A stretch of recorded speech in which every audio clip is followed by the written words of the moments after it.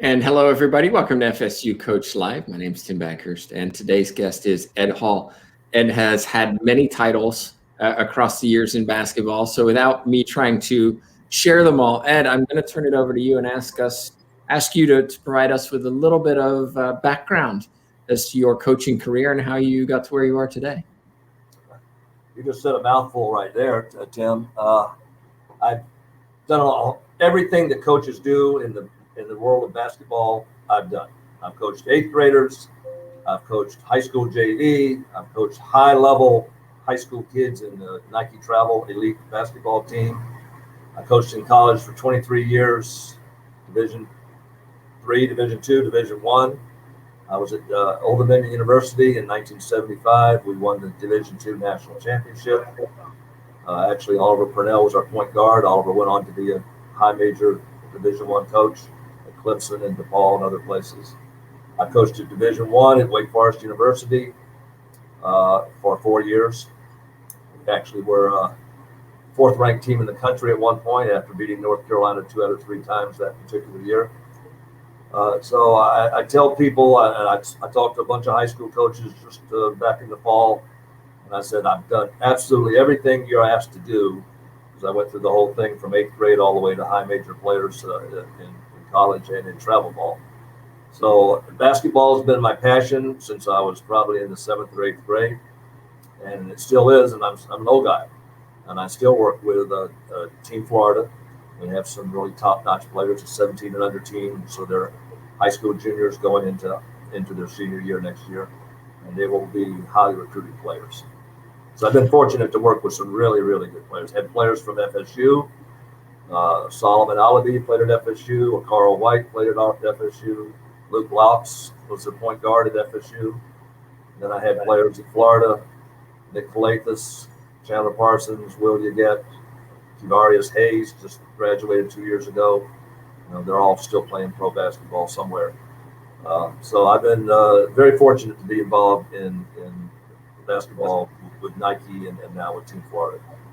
Well, let me ask you this. Having been a coach for so many years across so many different levels, why do you keep doing it?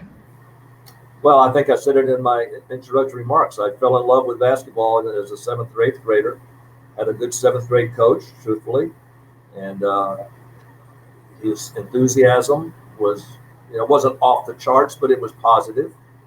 And some of the other kids I hung around with were good basketball players, and that's what we did. We didn't ride skateboards or play video games. There weren't any video games. It was just baseball and basketball, and basketball became sort of overtook baseball after a while, and that's just what I did. Let me ask it a different way then. A lot of coaches get into coaching collegiate basketball as an example, right? High pressure, lots of work, tremendous hours coaching, prepping, recruiting, and all this. And as a consequence, the stress is there, the burnout happens, and coaches walk away from the sport, or they just say it's too much, or I've had enough of this, it's time to move on. You haven't. So how have you managed to mitigate some of those stressors that occur as a coach? Great question. My body kind of did it for me.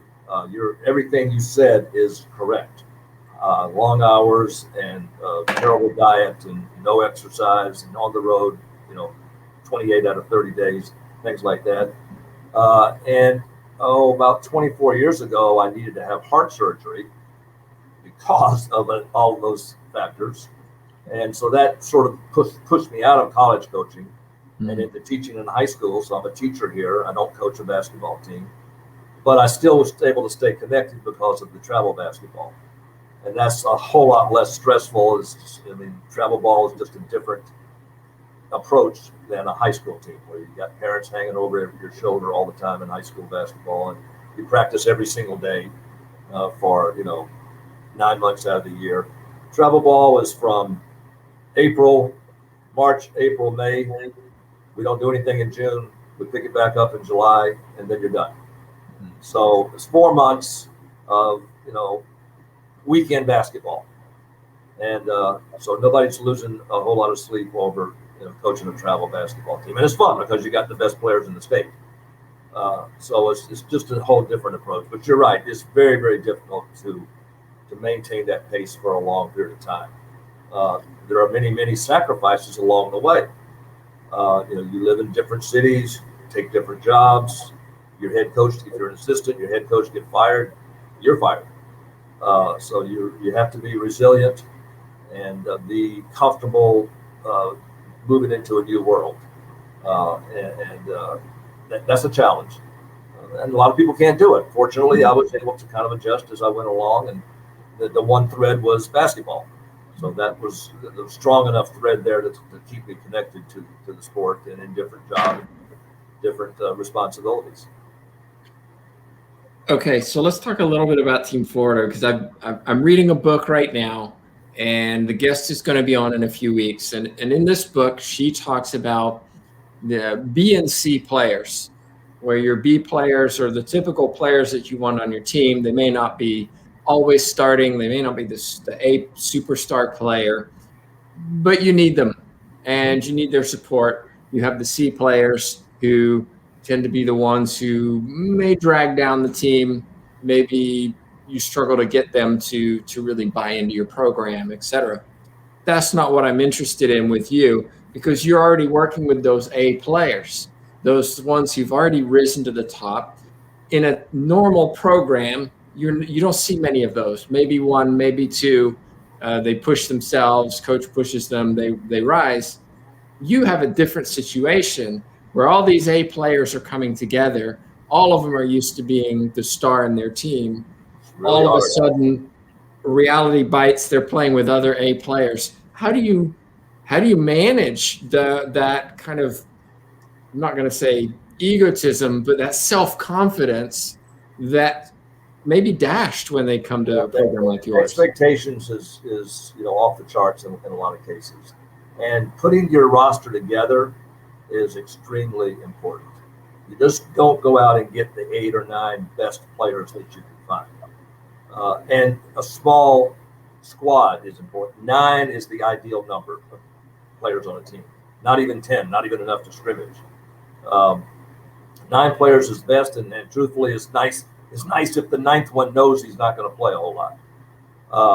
And you can handle 8 players in terms of everybody getting minutes on the floor, everybody having a chance to be productive, everybody having a chance to be important, and you don't stack players up in the same situation. Generally, with an 8-player roster, you want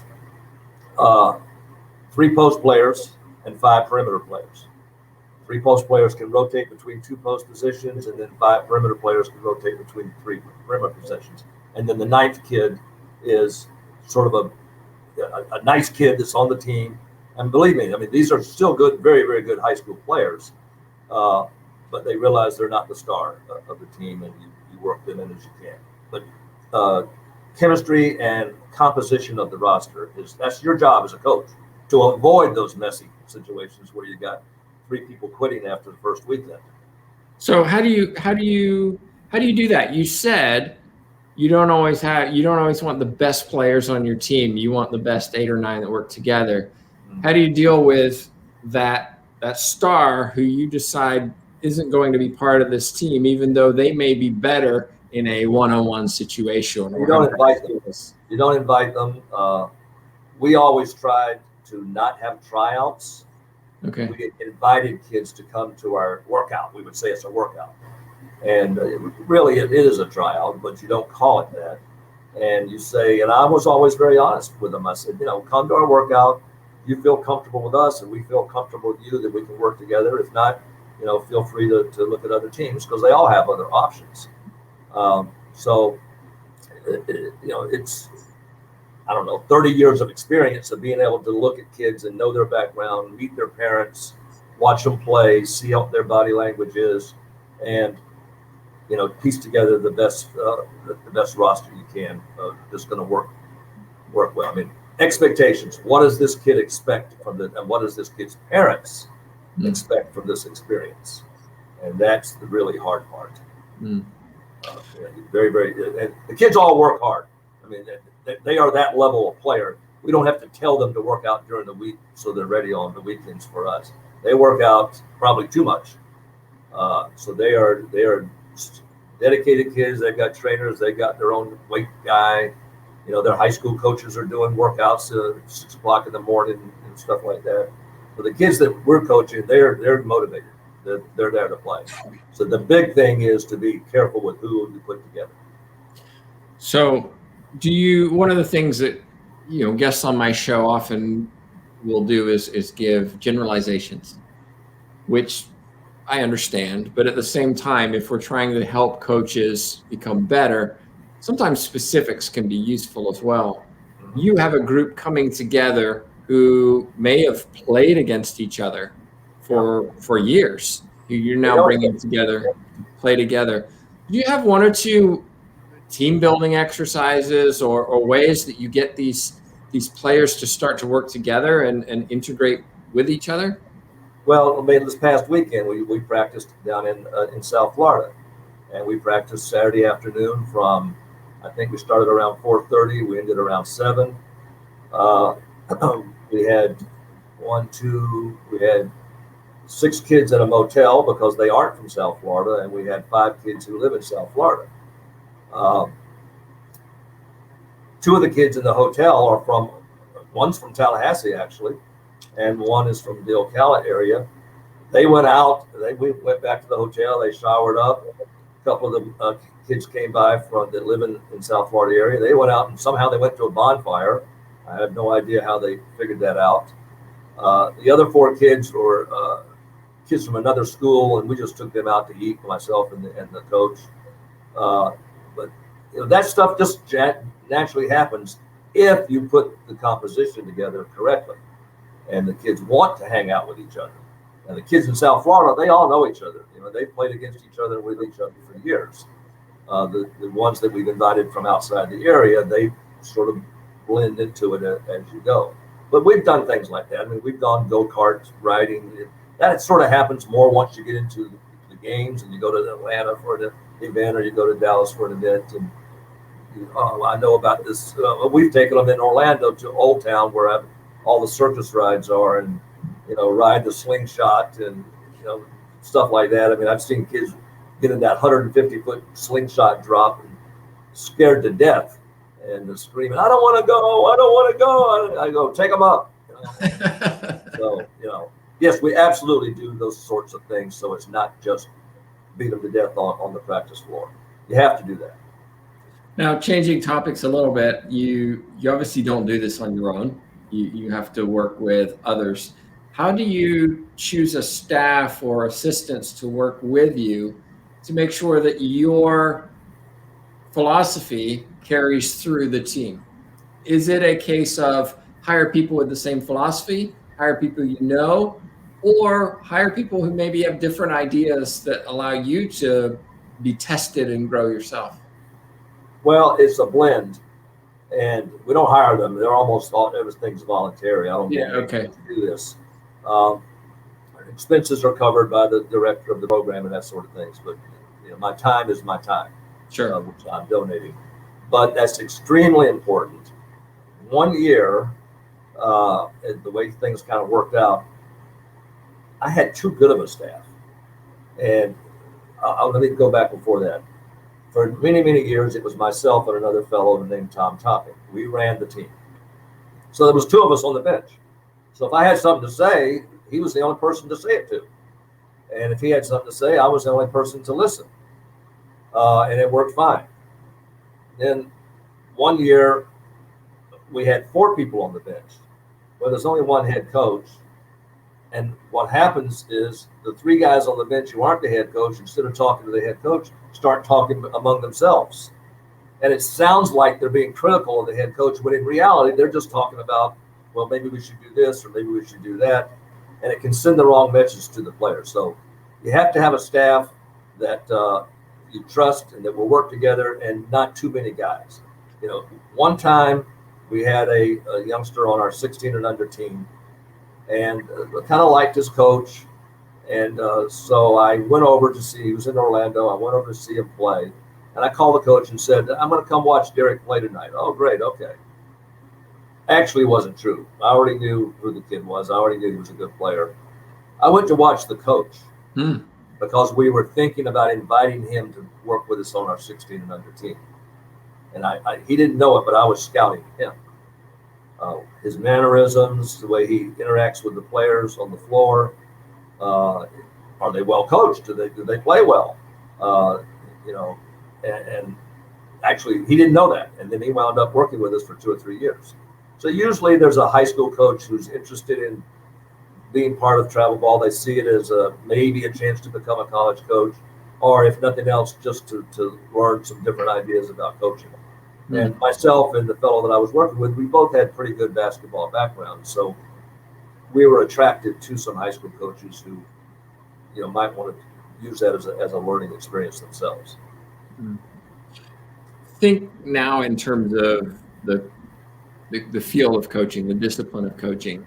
You've obviously worked with, so many coaches throughout your career. What are the characteristics that you would say make a good coach, and what are the characteristics would you say make a coach not necessarily a bad coach, but maybe more likely to have a shorter career or struggle, if that makes sense? Because obviously if we just say, well, a great coach is this, the opposite is this, but there can be good coaches who lack certain attributes or characteristics which cause them to flame out or struggle to deal with certain situations. Yeah, that's a very difficult question, and a very good question. I like difficult questions. You're tough.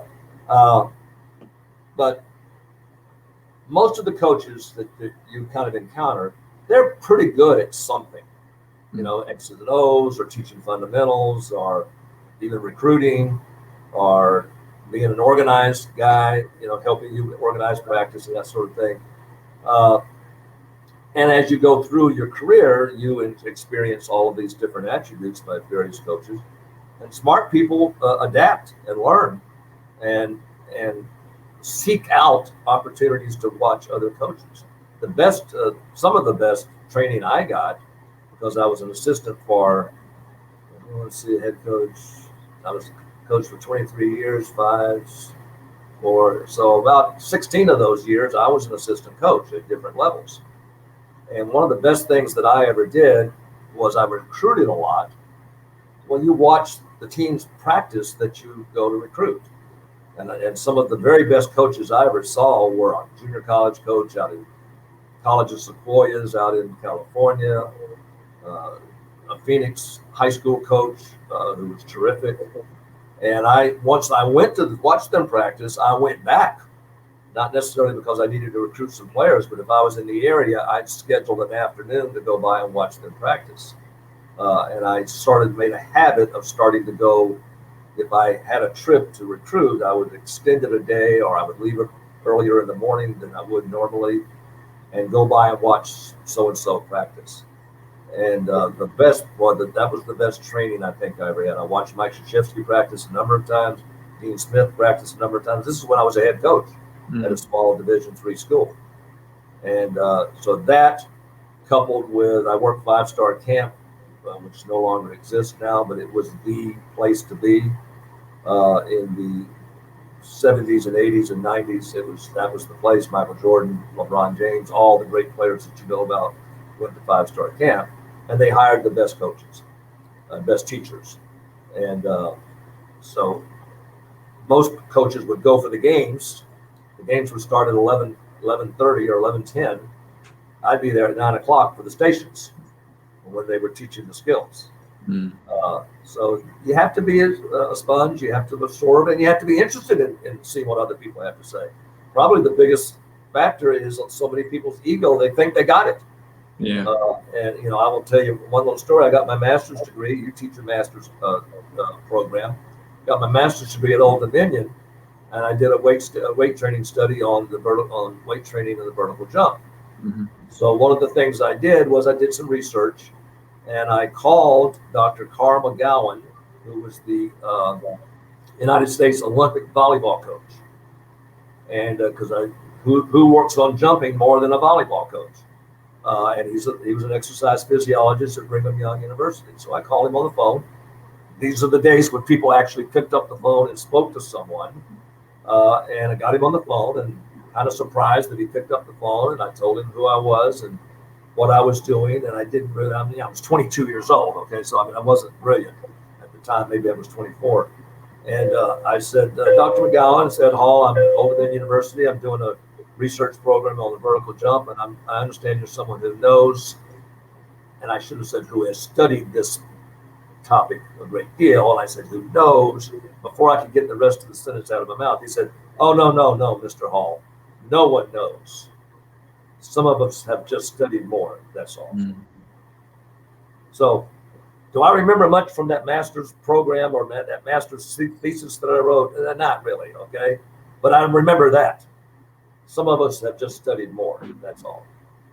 So, you ask what separates someone who lasts and someone who doesn't? You got to grow. You have to grow and grow and grow. I take notes now if I go to a clinic. I'm long past any real, collegiate coaching or high school coaching. That's just what I do. Mm-hmm. Thinking in terms of generational basketball and sports in general, have you had to change the way you coach over the decades that you've coached? Because there tends to be that generational gap at some point in your career. For example, my students could be my kids these days. The gray beard gives that away. And so, they're talking about things that they're interested in that I don't even know what they're talking about sometimes. Yet, if I want to connect with them, I have to make the effort to learn what they're interested in order to have that connection. Now, how do you stay current with those athletes as opposed to, oh, coach, he's old school. He doesn't really get any of this. Well, I am old school, but I stay current. I teach at a high school. Truthfully, we're a 50% minority school, 50% majority school. So I'm around a whole variety of kids, 9 through 12. You've got to talk to kids in their language. It doesn't mean cuss all the time, but it means you have to be able to understand, what's up and this, that, and the other, and I'm a sponge and I was always learning. I love to read newspapers, particularly when they were actually well-written newspapers. But when I was out west at Nevada, Reno, I would read the Oakland Tribune every day, or the San Francisco Chronicle. That was it, San Francisco Chronicle. I'd read that every day. And they had some great columnists in that newspaper and sports pages. And one of them wrote an article about Billy Martin, who was the manager of the Oakland A's before he went to the New York Yankees. And he was having a lot of success with Oakland A's. And they interviewed him, and he said, you have to speak to the kids, the players, in their language. And that stayed with me for many, many years. So, I'm active on Twitter. I'm on Instagram. I follow the kids that I coach. I see what they're saying. I see what they're posting.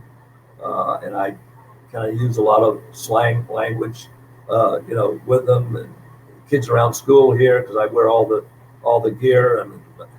Amazingly, okay, this is Mr. Hall, this stodgy old English teacher. They call me Mr. Drip. So if you don't know what drip is, Tim, then you need to get out more. Okay, but drip is swag, it's cool being that guy. Okay, so some of your listeners are hopefully laughing right now. These are kids just walk by. Oh, Mr. Drip, because I always got the neat shoes on, and I don't dress like you're supposed to dress. But you have to stay abreast of what's going on with the kids and what's the latest line and stuff like this. That's fantastic and a great example of how you do stay current. Just thinking then and kind of summarizing a coach who's maybe interested in getting into coaching or maybe moving up, as you intimated earlier, going into maybe from a high school into a college program. What advice would you have based on your experiences for them to be successful in a long career such as yours? Wow. Network. I started out, I've got to pretty high up on the coaching chain. um, with not much of a background to start with. But things may be a little bit different now. But I worked basketball camps. I went to coaching clinics. I listened to when the older coaches spoke and asked them questions.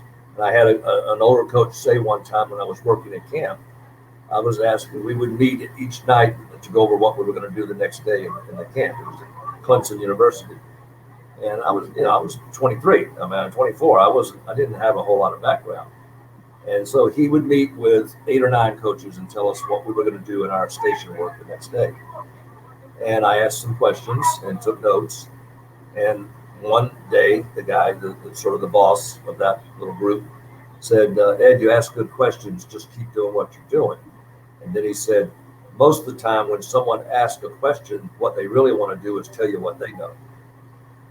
And later that evening, we were in the dorm room. We had some beer. We had some shrimp and crackers and cheese. And we were going over the program for the next day. And one of the high school coaches there asked a question. And before the mentor could get it out of his mouth, that guy started telling him what he thinks you do. I'm like, just shut up. I really don't want to hear what you have to say. I want to hear what this guy who's coached college basketball for the last 30 years has to say. Mm-hmm. So you have to be a sponge. You have to learn. You have to be willing to work for nothing. I literally was I'll tell you one little, very, very small little story. When I was still a junior high coach, coaching ninth graders, we used to have ninth grade in junior high in those days. And I coached volleyball boys, basketball boys, and then track boys. And it was May down in St. Petersburg, so it was pretty hot. And I had several of my basketball players. I convinced them to come out and run track. It'd be good for you and all that. And one kid was pretty good, and he actually did wind up playing college basketball. And so we were out there, and he was going to run the 440. And that time they called it 440. Now it's 400 meters. So we were running 330s. That's 3/4 of the way around the track. Walk 110, run another one, walk 110, run another one, to build up some stamina to be a 440 guy. And I'm watching them. I'm at the starting point, and I say go and start the clock, and then I can see where they stop down at the 3:30 mark. He bends over and he's throwing up. It's, 3:30, 4 o'clock in the afternoon. It's hot as heck, and he throws up, turns, kind of gets himself together, walks up to the starting line. I didn't say anything to him. He didn't say anything. I blew the whistle. He ran another one. And I said, I'm doing a pretty good job of motivating these kids. They're not complaining. They're putting in all the work I asked them to do. What am I doing? And, I was enjoying being a bachelor at 23 years old every single night and showing up to teach junior high PE. It wasn't the hardest job in the world. And I said to myself, and this is absolutely true, in 5 years, I'm going to be a college basketball coach.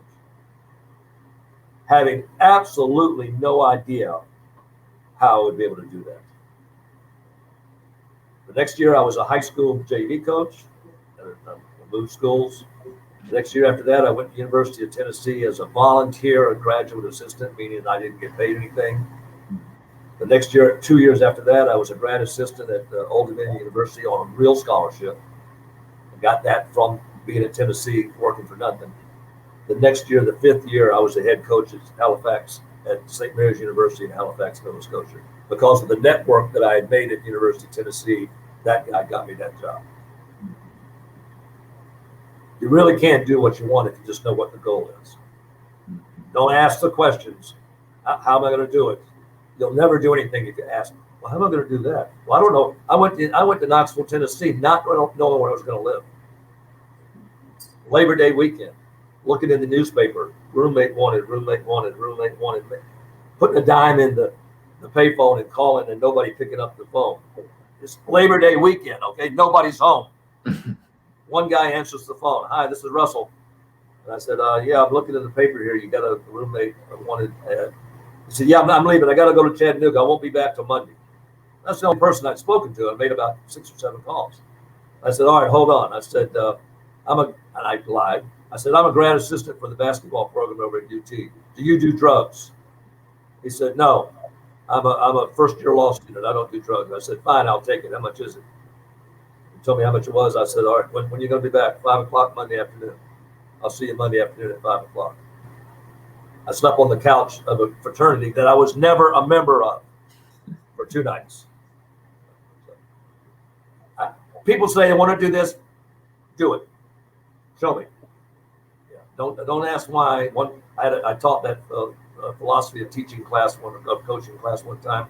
One of the students says, "Well, you got all these contacts." I said, "Yeah, I worked the last 20 years developing those contacts. Think I knew somebody when I was your age? I didn't know anybody when I was your age." So sorry for getting fired up.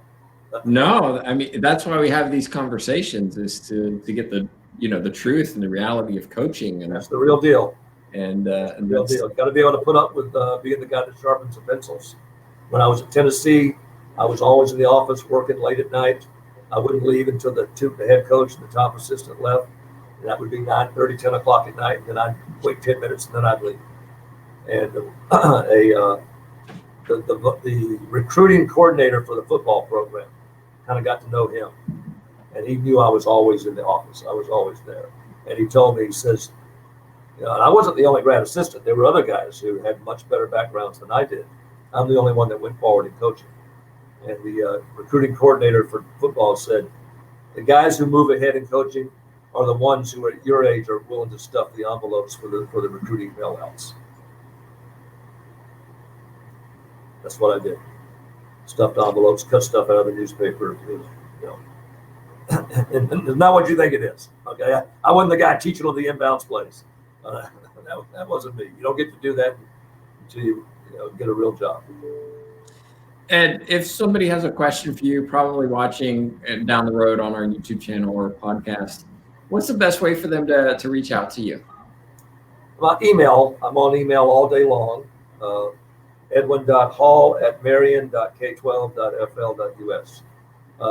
Hit me on that. I'll be happy to answer any questions, respond in any way, plays, thoughts, philosophy, stuff like that.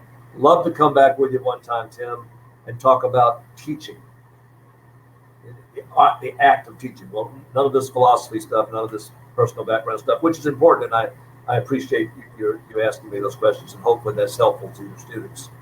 But as someone who I'm called a support facilitator, which means I go into English classes and help teachers with the students and themselves. So I go into probably 5 or 6 different teachers' classrooms regularly. And I think I would have a lot to offer your coaches or your teachers on how to be an effective transmitter of information. That's a whole other topic. That's a whole different topic. It is a whole nother topic, but I really do appreciate you giving us your time and expertise and experience as it pertains to coaching a basketball, leading athletes and other coaches. Of course, for those of you watching, just a reminder that each and every week we have a guest on our show. If you haven't yet subscribed to Facebook or YouTube, be sure to do so. And but we'll close for today. Ed, thank you so much for joining us. On behalf of myself, Tim Baghurst, and of course, Ed Hall, thank you so much for watching.